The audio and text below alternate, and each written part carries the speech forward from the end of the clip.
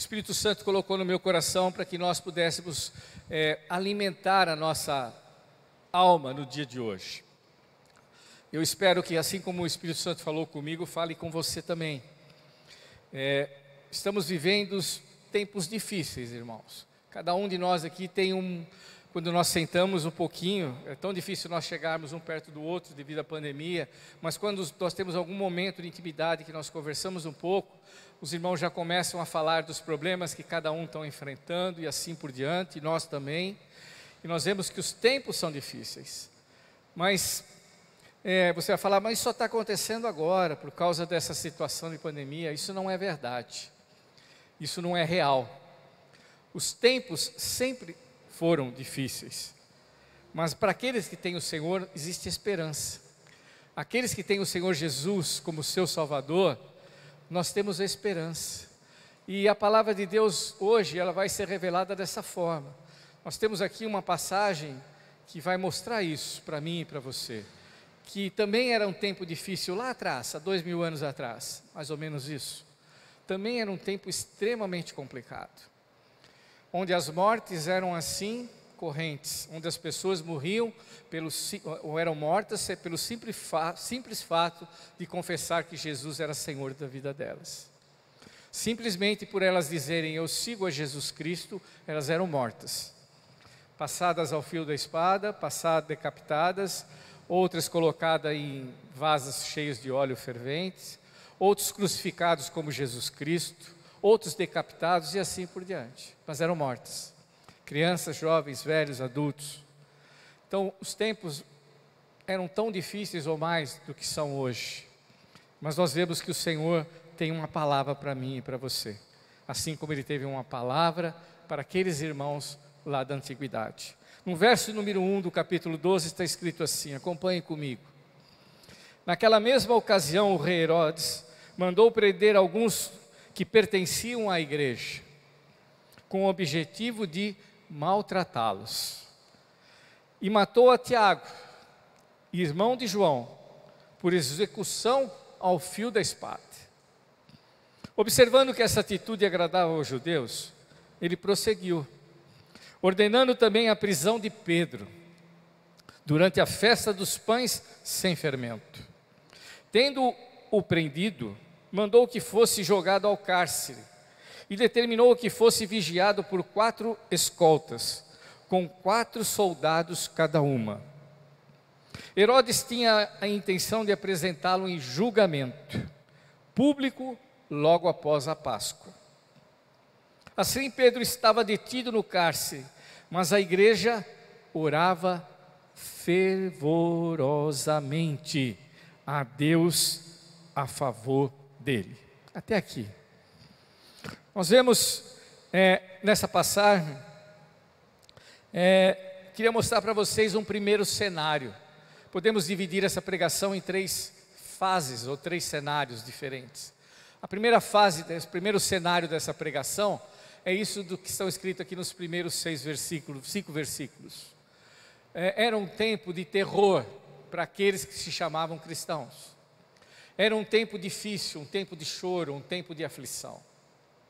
Nós vemos que esse Herodes, que era sobrinho daquele Herodes que condenou a Jesus, que perseguiu a Jesus, que cortou a cabeça de João Batista, esse não é o mesmo Herodes, esse era sobrinho dele. E nós vemos que esse era tão mau quanto o outro, ou talvez pior. E nós vemos aqui um cenário que ele simplesmente, ele pegou um dos líderes dos apóstolos, que era Tiago, o irmão de João, primo de Jesus Cristo. Ambos eram primos, Tiago e João eram irmãos, filhos de Zebedeu, e eles eram primos de Jesus, chegados a Jesus. Quem conhece aquele corinho? João, como é que é? Pedro, Tiago e João.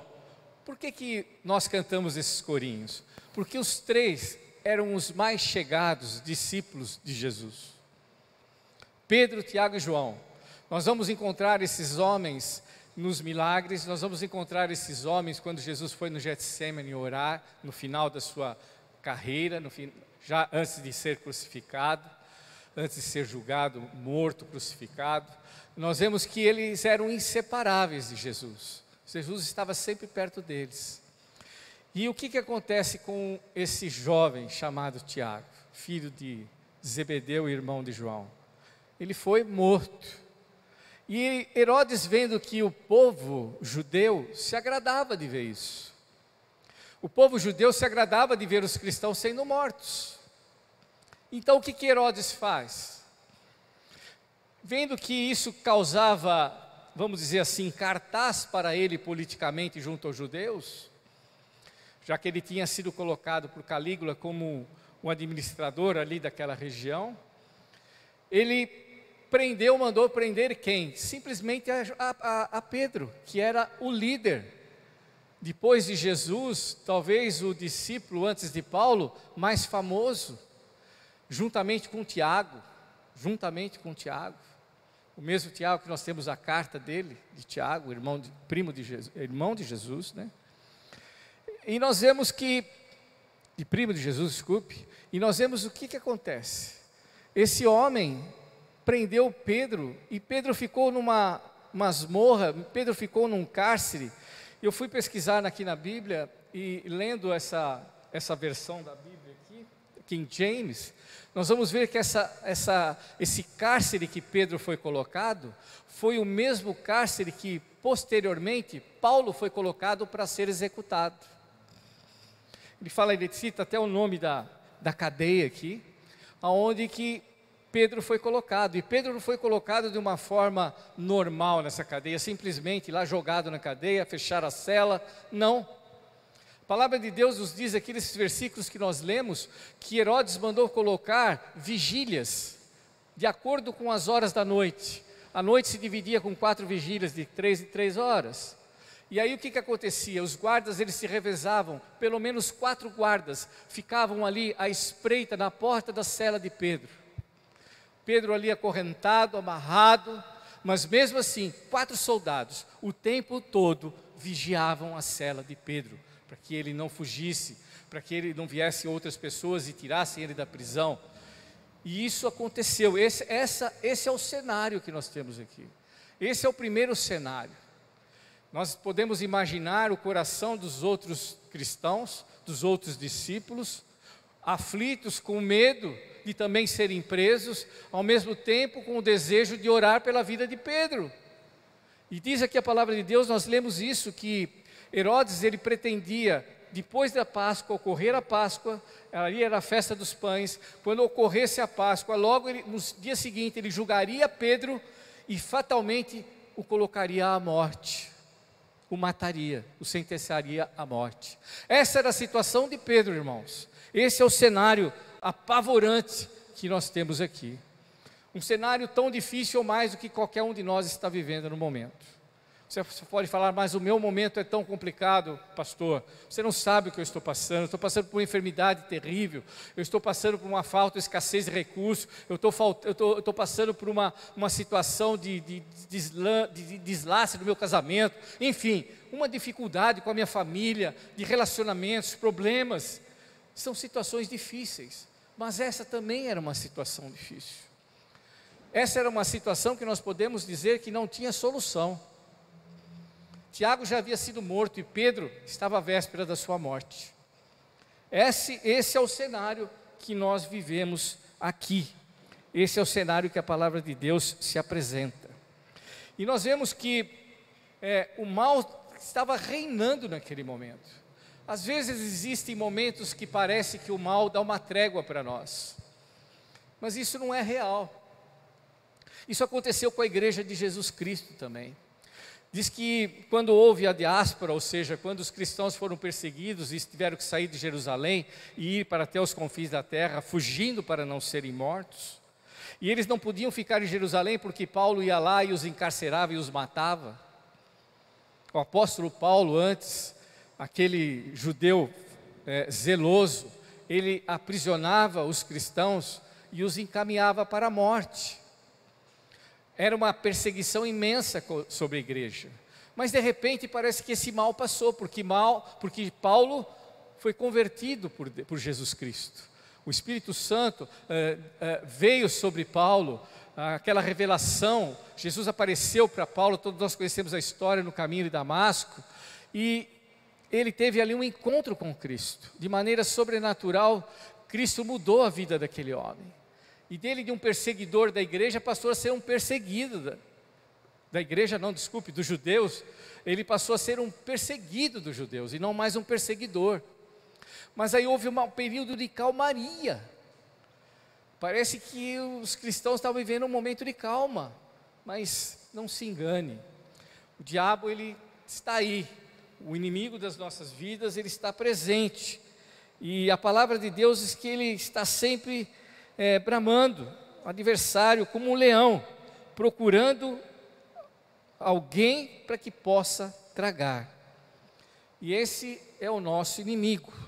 Às vezes nós estamos vivendo um período de calmaria na nossa vida. Estamos com saúde, estamos com um emprego bom, nossa família vai bem, está tudo ok, está tudo em paz, mas de repente as coisas mudam. É alguém que nos dá uma notícia péssima, um negócio mal feito, uma empresa que vai à falência, nós perdemos o emprego, ou uma doença que é acometida algum ente da nossa família ou nós mesmos. Enfim, o mal se levanta. Nós não estamos livres. Nós não estamos livres de passar por essas tribulações. Aleluia, nós não estamos livres. E nós vemos aqui que isso aconteceu com a igreja. A igreja passou a, de repente, ter uma grande perseguição novamente. Mas aí nós temos um segundo cenário. O que acontece quando a igreja passa a ser perseguida? Por outro lado, nós temos alguém chamado Maria. Eu gostaria de continuar lendo, se você permitir. Abra a tua Bíblia novamente aí em capítulo 12, e nós vamos continuar lendo. Se você for comigo, no versículo de número 12, no versículo 12 desse mesmo capítulo, nós vamos ver uma senhora chamada Maria. Ousado que quando o Nani perguntou para mim, pastor, qual é o título que você vai colocar na sua pregação de hoje? Eu falei para você o que, Nani? Oração poderosa? O poder da oração? Poder da oração. Eu falei, pode colocar esse nome, o poder da oração. Mas eu poderia também colocar o nome, talvez ficasse meio você chocado com isso. Eu queria falar o poder da oração da casa da Maria. Você vai falar, mas o que é isso? Quem é essa Maria? Quem é essa Maria? E nós vamos ver quem era essa mulher chamada Maria. Essa Maria era mãe de João Marcos, o evangelista que escreveu o Evangelho de Marcos, que era primo de Barnabé e que era amigo de Paulo. João Marcos era amigo de Paulo, amigo de missões. Teve até uma discussão com Paulo, por um tempo andaram afastados, mas no final da vida de Paulo, eles se reconciliaram. E essa Maria era a mãe dele. E nós vamos ver o que aconteceu na casa dessa mulher chamada Maria. E que pode acontecer na minha e na sua casa. Nós podemos também ter uma casa igual a da Maria. E sabe o que eu descobri também? Nós outro dia estávamos estudando isso, viu, Dimas? No nosso estudo de quartas-feiras, aonde que Jesus fez a última ceia, junto com os seus discípulos. E aqui nessa Bíblia aqui em James, ela mostra, foi na casa dessa Maria. A última ceia, se vocês lerem nos vários evangelhos, diz que Jesus mandou para os seus discípulos sair e procurar um homem que carregasse um cântaro, alguma coisa assim, e que fosse entrar naquela casa e pedir para que Jesus queria fazer uma ceia daquela casa. E foi o que aconteceu, a pessoa bateu na porta, Jesus quer cear aqui na sala de vocês. E a pessoa falou, pode vir cear. E foi Jesus lá com os seus 12 discípulos cear. Essa casa era a casa da Dona Maria, a mãe de João Marcos. É a mesma casa. E nós vamos tirar lições úteis para a minha e para a tua vida. com respeito a essa mulher. No versículo 12 está escrito assim, veja bem: depois de assim refletir, colocou-se a caminho da casa de Maria, mãe de João, também chamado Marcos. Esse Marcos, ele tem o nome de Marcos, que é o nome latino, mas ele também tem o nome de João, nome judeu, onde muitas pessoas estavam reunidas em oração. Irmãos, essa casa da Dona Maria era um lugar onde as pessoas se reuniam para orar. Casa de Dona Maria era um lugar especial para os cristãos. A casa de Maria, da Dona Maria, nós podemos dizer que é a igreja hoje. É o lugar onde nós nos reunimos quando nós estamos com as nossas mazelas à flor da pele, quando nós estamos com as nossas lutas que nós não aguentamos, nós corremos para a casa da Dona Maria. A casa da Dona Maria estava sempre com as portas abertas para receber pessoas desesperadas, pessoas que buscavam oração, pessoas que estavam querendo ficar juntas para orar, para cantar louvores, para dar glórias a Deus, talvez cantar hinos, mas também para buscar refúgio na hora da tribulação. Talvez fossem buscar na casa da Maria, fala: Maria, me ajuda, porque eu estou sendo perseguido, porque a minha luta está muito grande, porque está faltando comida lá em casa, faça alguma coisa para mim. E eu tiro lições importantes aqui. Será que a minha e a tua casa estão abertas para as pessoas que precisam? Para os irmãos? Eu não falo de um modo geral, porque talvez hoje, devido à delinquência que nós vivemos, é difícil nós abrirmos a nossa porta para quem nós não conhecemos. Mas a tua casa está aberta para a igreja? A tua casa está aberta para aqueles que estão passando por dificuldades? Nós vemos aqui que Pedro estava prestes a morrer. Uma luta, irmãos. O líder da igreja daquele momento, que era Pedro, seria morto. E diz aqui no versículo 12 que as pessoas correram para a casa de Maria, e eles foram lá para orar, eles foram lá para clamar. Mas aí eu posso pensar, mas o que uma Dona Maria pode fazer para alguém que está cercado por 4 soldados durante 3 horas? Depois de 3, 4 horas, aqueles soldados são trocados e outros 4 estão lá, e tem carcereiros, tem portas que não se abrem, tem cadeias, ele está preso em cadeias. O que pode fazer a Dona Maria na casa dela? E nós vamos ver o que aconteceu através da oração na casa da Dona Maria. O que o Senhor realizou, o que Deus fez, o que Deus no mundo invisível, no mundo espiritual, o que Ele agiu depois da oração na casa da Dona Maria. Nós aprendemos aqui algumas coisas, irmãos. Abra sua casa. Abra sua casa para a igreja, porque é o melhor lugar para o teu filho ouvir a palavra de Deus dentro da tua própria casa, e ele se tornar talvez um João Marcos da vida, um grande evangelista, um grande pregador da palavra de Deus. Leve a igreja para dentro da sua casa. Não deixe a igreja só no domingo à noite, não deixe a igreja só em algumas horas por semana, não, leve a igreja para a sua casa. Ontem nós fizemos uma live, a igreja da minha cunhada está fazendo 50 anos em São Paulo. É uma igreja que nasceu dentro da sala de visita da mãe da minha esposa. A mãe da minha esposa, ela é cabeleireira, ganhava menos que o salário mínimo, trabalhava em casa. O meu sogro era caminhoneiro, ganhava 1, 2 salários mínimos por mês. E eu posso falar isso de boca cheia. Eles eram pobres, 4 filhos. Mas a casa da minha sogra estava sempre com as portas abertas para a igreja. Ao ponto de não caber tantas mais as pessoas dentro da sala.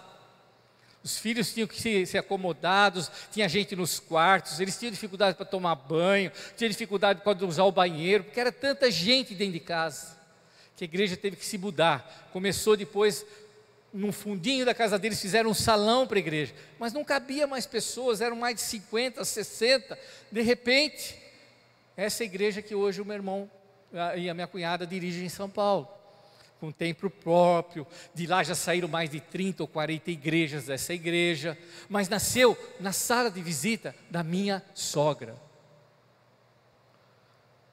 Por que eu estou falando isso?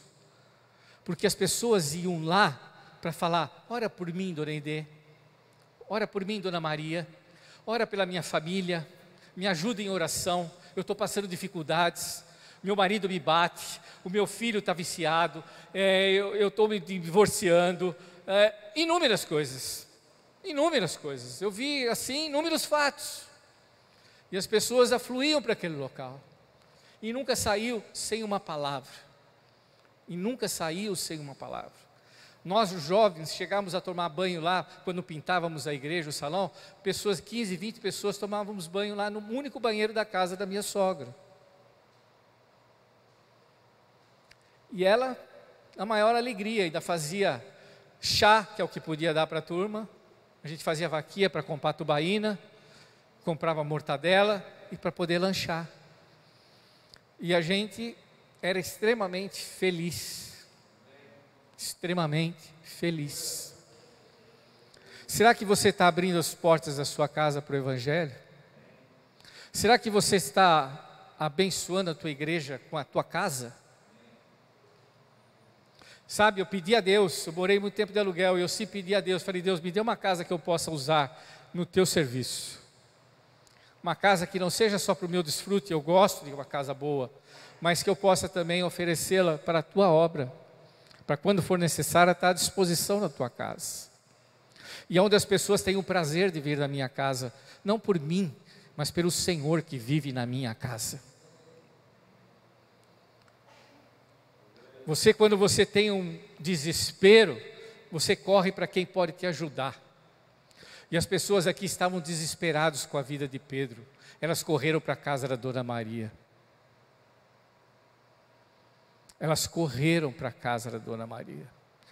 E como eu falei para vocês, o que uma mulher, o que as pessoas que estavam lá podiam fazer? Apenas orar. O líder da igreja estava preso. Eles não tinham poder bélico para poder enfrentar os guardas de Herodes, os guardas romanos.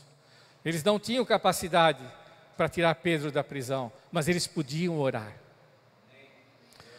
Quero falar uma coisa para você. Talvez você tenha vindo na igreja hoje falando: não tem mais jeito para a minha vida, para o meu problema não tem solução. E pessoas que convivem com você podem falar para você, até ter dito isso para você, não tem mais jeito. E eu falo hoje pela palavra do Senhor: tem jeito. Enquanto houver um fio de esperança, nós vamos estar orando na casa do Senhor. Nós vamos estar intercedendo na casa do Senhor. Nós vamos estar glorificando ao Senhor. Nós vamos estar aqui clamando, enquanto houver um fio de esperança. Para aqueles irmãos, você pode falar: mas não tinha mais esperança. Pedro já seria morto, eles sabiam que seria morto. Eles tinham consciência disso, mas eles estavam ali, orando fervorosamente, onde muitas pessoas estavam reunidas em oração. A casa daquela mulher estava cheia de crentes, irmãos. Estava cheia de crentes, orando: Senhor, tem misericórdia da vida de Pedro. E sabe o que eu aprendo com isso? É que essas pessoas talvez naquela época tenham uma ideia um pouco diferente de nós hoje. Eles buscam a Deus nas lutas. E também louvam ao Senhor nas vitórias. E se reúnem da mesma maneira para glorificar o Senhor diante das vitórias. E se reúnem no mesmo local, eu posso imaginar. A casa da Maria era o local de fazer orações, mas também era o local de ouvir bênçãos do Senhor.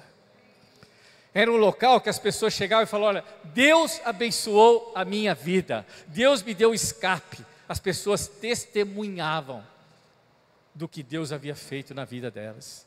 E é isso que nós temos que ter na nossa igreja, esse testemunho. Temos lutas? Temos, mas também nós podemos aqui falar das vitórias que Deus já nos deu, das coisas maravilhosas que Deus já nos deu. Afinal de contas, nós não somos aqueles crentes que falam: ah, mas se eu sirvo a Deus, nada de mal pode me acontecer, só se eu fizer um pecado, só se eu cometer um pecado, aí Deus pode pesar a mão. Não, não é assim. Tiago foi passado a espada e não tinha pecado. E alguns podem falar: ah, mas se Deus fizer isso, eu me afasto de Deus. Se a minha firma quebrar, eu me afasto de Deus. Se eu ficar com um câncer, eu me afasto de Deus. Se eu ficar doente, eu me afasto de Deus. E não é essa a posição dessas pessoas. Eles estavam unânimes em oração na casa de Maria. E lá talvez estivesse João, que o seu irmão havia sido morto. E ele estava lá clamando pela vida de Pedro. Estavam ali não apenas os que vivem de vitórias, mas aqueles que passam por lutas. Nós cristãos passamos por lutas, mas nós também testemunhamos quando Deus nos dá a vitória. Nós oramos, clamamos quando passamos por dificuldades, mas quando Deus nos dá uma vitória, nós gritamos que o nosso Deus veio em nosso socorro, que o nosso Deus agiu na nossa vida, que o nosso Deus fez um milagre. Deus operou de maneira sobrenatural. Aquilo que eu e você podemos fazer, Deus não vai fazer. Cuidar da sua família, ganhar o pão de cada dia, trabalhar, levantar cedo, dormir tarde, correr atrás do pão, isso Deus não vai fazer por você não. Não adianta ficar em casa: Senhor, manda alguém aqui para me dar. Não. Isso é trabalho para eu e você fazer. Cuidar da tua família, cuidar de você, estudar, trabalhar. Isso cabe a nós, mas o sobrenatural só Deus pode fazer. Curar uma enfermidade incurável, só Deus pode fazer. Levantar recursos onde não existem, só Deus pode fazer. Enviar anjos, só Deus pode fazer. Enviar anjos, mas Ele pode fazer, e Ele faz. As pessoas estavam orando na casa de Maria, e olha o que acontece no versículo que nós vamos ler agora, no versículo de número 6, e aconteceu que na noite anterior, ao dia que Herodes pretendia submetê-lo ao julgamento, Pedro estava dormindo entre dois soldados. Você já viu que maneira mais incômoda de dormir? Com dois soldados do teu lado, com algemas presas, entre dois soldados com algemas presas e duas correntes. E as sentinelas guardavam o cárcere diante da porta. Ai, mas que coisa, hein? Que lição que eu aprendo aqui, hein? Pedro, aquele covarde que negou Jesus 3 vezes. Aquele Pedro que saiu correndo, quando as pessoas reconheceram que ele era um dos que andava com Cristo, e ele fugiu. Covarde. Esse Pedro agora que sabia que ia ser julgado no dia seguinte, que ele iria ser morto, porque era esse o julgamento de Herodes, ele estava dormindo. Ele não estava cochilando, ele estava dormindo, diz a palavra de Deus. Sabe o que me mostra, que me ensina? É que mesmo na maior tribulação, você pode se descansar, quando você sabe quem está tomando conta da tua vida. Você consegue pegar no sono, quando você sabe que a tua vida está nas mãos do Deus Todo-Poderoso, que pode até não te livrar da morte, mas que a morte espiritual jamais vai te atingir. A física você pode até morrer, mas a espiritual, ninguém pode tirar aquilo que Deus tem preparado para você, que é os céus. E Pedro dormia. As pessoas estavam orando lá na Dona Maria, e ele estava dormindo. Subitamente surgiu um anjo do Senhor, e sua luz resplandeceu na prisão. Então o anjo tocou o lado de Pedro e o fez acordar, ordenando: levanta-te, depressa! E em seguida as algemas caíram dos punhos de Pedro. E o anjo continuou a orientá-lo: veste a tua roupa, cara, e calça as sandálias. Ou seja, pega tudo que é teu daí, vamos embora daqui. E Pedro assim o fez. E disse-lhe ainda o anjo: põe a tua capa e segue-me. Ou seja, não deixa nada para trás. Põe a tua capa e segue-me. Ao sair, Pedro seguiu, mesmo sem saber o que estava acontecendo por meio do anjo. Era de fato real, pois lhe parecia fruto de uma visão. Pedro não sabia se estava sonhando, Pedro estava dormindo, de repente cutucaram ele: vamos, levanta.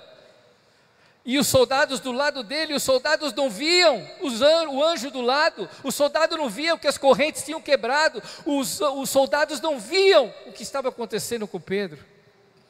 Pedro estava invisível para os soldados. O nosso Deus atua em outra esfera que não a nossa. Deus atua na esfera espiritual, naquilo que nós não vemos, mas Deus opera, e Deus envia anjos, e Deus cega as outras pessoas. Quantas vezes talvez Deus já não tenha livrado você, e você nem viu? Quantas vezes Deus talvez não tenha te livrado de acidentes, e você nem percebeu? Irmãos, eu passei em cada situação nessas estradas, dirigindo 30 anos, cortando esse Brasil de ponta a ponta de carro, muitas vezes de avião, mas grande parte de carro. Eu passei por tantas situações que eu falava: não é possível, como é que eu passei disso? Dormi uma vez no volante, de frente para uma carreta, a carreta buzinou, eu acordei, saí para o canto. Irmãos, quem fez aquele homem tocar e ver que eu estava dormindo foi um anjo, foi Deus. Deus age na tua vida e você nem vê. Quantos livramentos Deus não deu para você e para a sua família. Esse é o nosso Deus. É um Deus de milagres. Então não importa a situação que eu e você estamos enfrentando, vamos correr para a casa de Maria, vamos correr aos pés de Jesus, vamos correr aos pés de Cristo e clamar. Enquanto existir um fio de esperança, nós vamos crer que o Senhor pode operar milagres, e nós vamos descansar em Deus, e nós vamos correr aos pés do Senhor.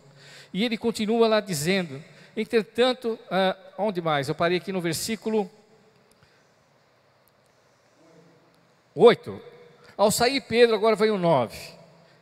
Ao sair, Pedro seguiu, mesmo sem saber o que estava acontecendo, por meio do anjo. Era de fato real, pois lhe parecia fruto de uma visão. Versículo 10.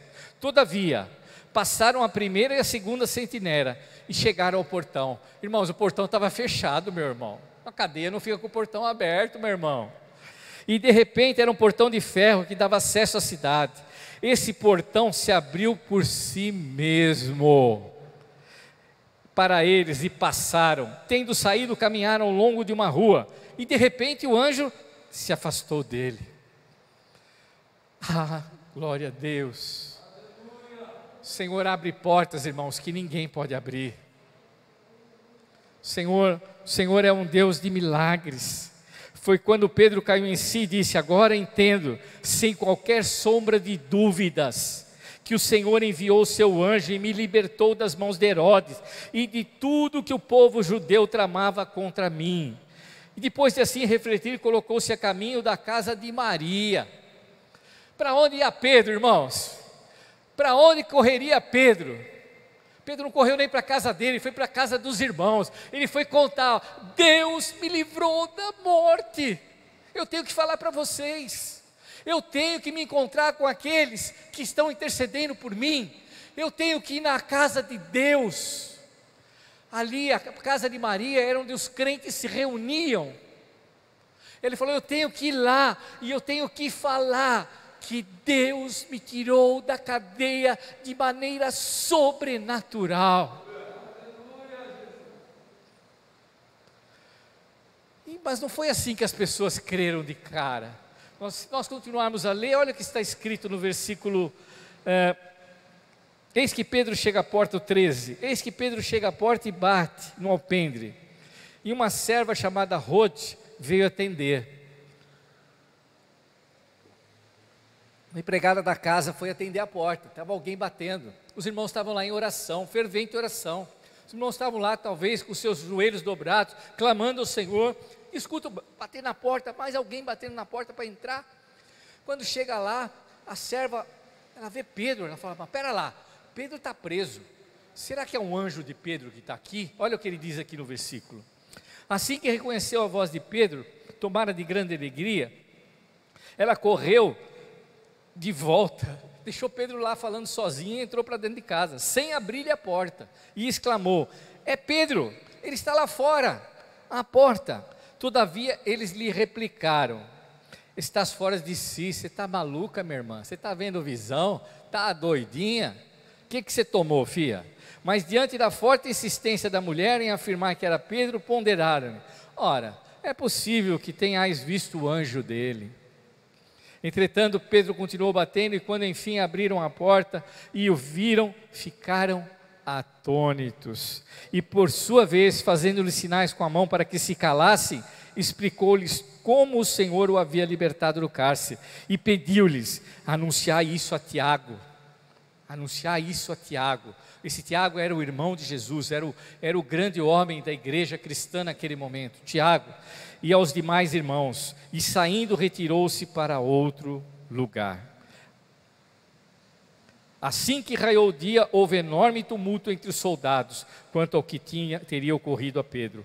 Ordenando uma busca completa e não encontrando Herodes, submeteu todos os guardas a severo interrogatório, e por fim os mandou executar, matou a todos eles.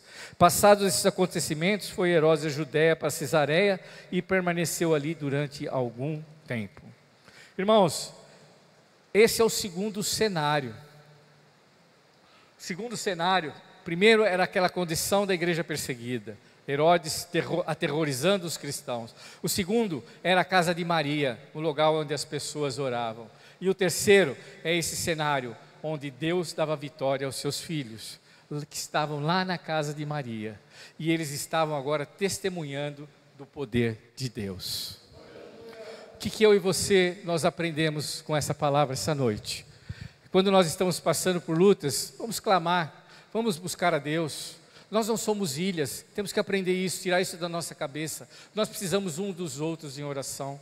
Nós precisamos contar os nossos problemas uns para os outros. Isso é bíblico. Isso é bíblico.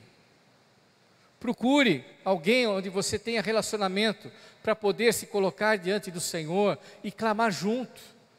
Procure o teu pastor, procure uma pessoa de confiança sua, ore, busque, abra a tua casa, para clamar a Deus, que a tua casa seja um lugar de refúgio para os desesperados, para aqueles que estão passando por aflições, mas que a tua casa não seja apenas um local, onde os desesperados vêm ali, e não tenham nenhum aprendizado, pelo contrário, eles estão ali clamando pelas suas bênçãos, mas quando eles recebem também a bênção, eles estão lá para testemunhar do que Deus fez na vida deles. E sabe o que acontece com aqueles que estão ao redor? Se sentem fortalecidos. Se Deus fez isso na vida do Dimas, Ele pode fazer isso na minha vida também. Se Deus operou na vida do Will dessa maneira, Deus tem poder de fazer a mesma coisa na minha vida. E sabe o que nós fazemos dessa forma? Nos alimentamos mutuamente. Nos fortalecemos mutuamente, e o nome do Senhor é engrandecido, e o nome do Senhor é engrandecido, e a igreja do Senhor cresce, a igreja do Senhor cresce. A melhor maneira de nós falarmos de Cristo para outras pessoas é mostrando a nossa vida, irmãos.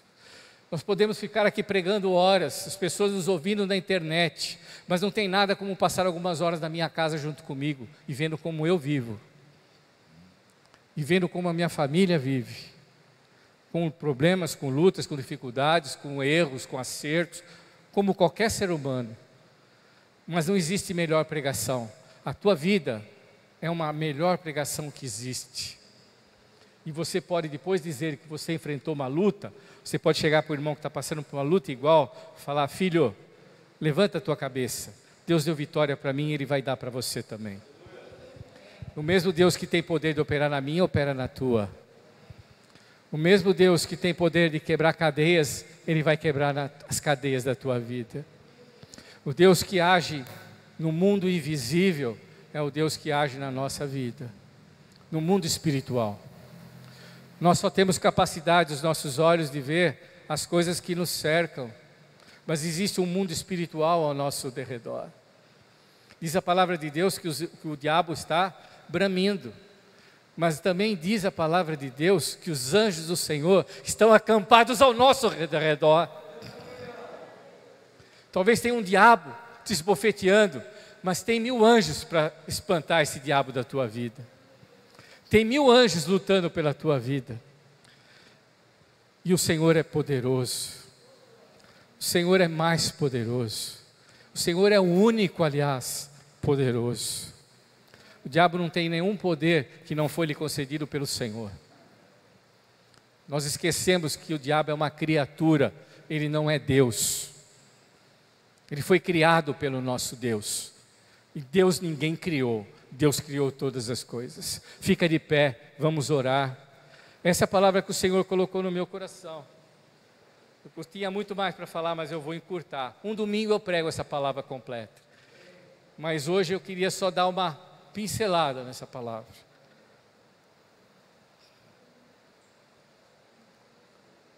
Apenas o tempo não possibilita que eu continue. Mas eu gostaria que você, se tivesse, obrigado, nós vamos orar, pastor, por essas pessoas. Gostaria que você colocasse a tua visão no que Deus falou no teu coração. Tua luta pode ser grande, mas o Senhor é maior do que ela. O gigante pode ter se levantado na tua vida e te colocado cadeias nas suas mãos, mas Deus envia anjos para quebrar cadeias. Deus envia anjos para abrir portas que ninguém precisa meter a chave nela para abrir. O Senhor simplesmente manda as portas se abrirem. Esse é o Deus que eu e você servimos. Esse é o Deus que opera na minha e na sua vida. Gostaria que você orasse nesse momento. Enquanto o pastor e o Will, eles irão cantar, eu gostaria que você colocasse o seu problema nas mãos do Altíssimo. Você colocasse a dificuldade que você está enfrentando nas mãos do Senhor, que tem todo o poder. Mesmo porque está chovendo muito forte, nós vamos ter que esperar um pouquinho para passar essa chuva. Então nós temos um tempinho para que você possa levantar em oração um clamor nessa noite. Gostaria que você fechasse os seus olhos. Se você quiser ajoelhar, pode ajoelhar. Se você quiser ficar de pé, fica de pé. Mas eu só gostaria que você entrasse em comunhão com o Espírito Santo do Senhor. Senhor, nós te louvamos. Senhor, nós te agradecemos, ó Pai, pela tua palavra. Te agradecemos porque tu és um Deus que liberta. Tu és um Deus que quebra cadeias. Tu és um Deus que envia anjos. Tu és um Deus que opera o impossível nas nossas vidas. Tu és um Deus que restaura relacionamentos. Tu és um Deus, Senhor, que dá, Senhor, aonde que não existe suprimento, o Senhor envia. Onde não existe recursos, o Senhor envia pessoas para nos levantar esses recursos. Senhor, tu és o Deus, Senhor, do impossível. Ó Deus, nós te louvamos pela tua palavra. E pedimos para que tu renoves a fé de cada um dos irmãos, aqueles que nos ouvem. Oh Senhor, aqueles que estão nas suas casas passando por lutas, muitos deles chorando nesse momento, muitos deles, Senhor, talvez até duvidando que o Senhor tem poder de fazer isso. Senhor, mostra para essas pessoas que Deus tem poder de fazer muito mais do que nós pensamos ou imaginamos. O Senhor tem poder infinito, o nosso Deus é todo poderoso. Ó Deus, visita cada coração, restaura vidas, cura enfermos, pessoas que precisam ser tocadas, Senhor, precisam do sobrenatural de Deus para a cura dos seus corpos nessa hora. Tu és, Senhor, o Deus de perto, mas também Tu és o Deus de longe. Tu pode alcançar aquele que está precisando da cura, Senhor, que está longe de nós agora. Que os Teus anjos possam tocá-los, que a ordem do Senhor possa alcançá-los e que a unção de cura seja derramada sobre eles, ó Pai. Nós clamamos e confiamos no Teu poder. Tudo isso nós pedimos e agradecemos em nome de Jesus. Vamos cantar louvores ao Senhor.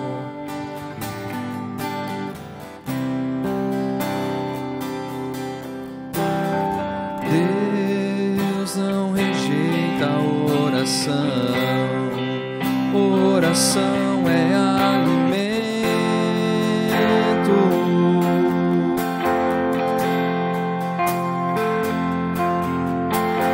Nunca vi um justo sem resposta ou ficar no sofrimento.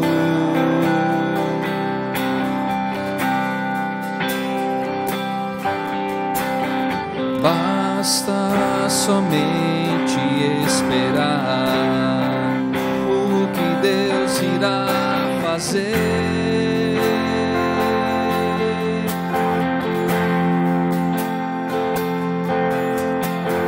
Quando Ele estende suas mãos, é a hora de vencer.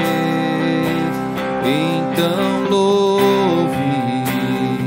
simplesmente louve, tá chorando, louve, precisando, louve, tá sofrendo, louve, não importa, louve, seu louvor invade o céu. Deus vai à frente e abrindo caminho, quebrando as correntes, tirando os espinhos, ordena os anjos pra contigo lutar. Ele abre as portas pra ninguém mais fechar.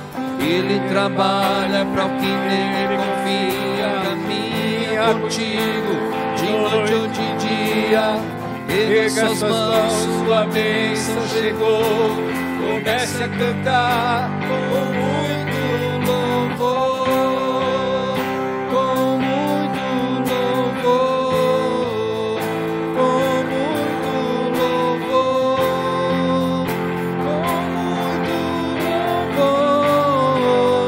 com muito louvor, com muito louvor, com muito louvor, com muito louvor. Aleluia. Pode cantar, irmãos. Canta chorando. Eu aprendi. Mesmo às vezes quando nós não temos nem coragem de cantar, mas canta nem que for com a alma. Mas está escorrendo lágrima, não importa. Cante, louva o Senhor, porque a vitória do Senhor é certa na tua vida. Amém? A irmã Edéusia pede oração por saúde, por sua saúde e de sua família. A Ruth e Maciel, oremos pela graça que Deus nos dá e alívio nos tempos difíceis. Dimas pede oração e cura para Dona Mercedes, libertação para Dona Mercedes, que está passando por um momento de saúde delicado. Ele pede oração por ela, pelo Alexandre, pelo Edivaldo, pelo Raul, pelo Tiago, Graziela, Mara e por sua vida também. O Pedro Mariano pede oração pelo Mateus, que nasça com saúde. A Thalita pede pela saúde dos seus pais, tanto do Nani quanto da Silvana. A Silvana pede saúde do seu filho Rafael e família. O Nani pede oração pela sua própria saúde. O Nani passou por cirurgias, está no processo de recuperação e precisa da nossa oração. Pede também pela saúde da Silvana, da sua esposa. A Denise, a irmã Denise, pede oração pela sua vida e pela família dela. A Neuza Felipe pede oração para a Dona Margarida, que está na UTI. A Rita pede oração, a Rita de Cássia pede oração pelos irmãos da igreja, seus familiares. A Ruth pede oração para sua vida e sobrinho. O seu Manuel pede oração para o irmão Manuel, pede oração para os familiares, amigos, pastores. Quem mais? Nós temos o Roger, pede que nós oremos pela sua mãe. A mãe do Roger, ela foi internada na terça-feira, e A notícia que eu tenho é que ela já está passando melhor, passou um tempo no UTI, já está no quarto. Essa é a notícia que eu tenho. Ele pede oração pela sua mãe, pela família também, pela Sandra e pelo Ian. E o Adriano pede oração pela sua restauração completa da saúde dele. Vamos orar pela família também. Feche os teus olhos, vamos agradecer a Deus pelo esse culto e vamos orar por essas vidas. Essas aqui, vidas, elas estão aqui indo na casa de Maria e pedindo para que os irmãos que estão na casa da Maria orem por eles. E nós somos a Maria aqui nesse caso, a igreja do Senhor. Eu e você somos a casa de Deus.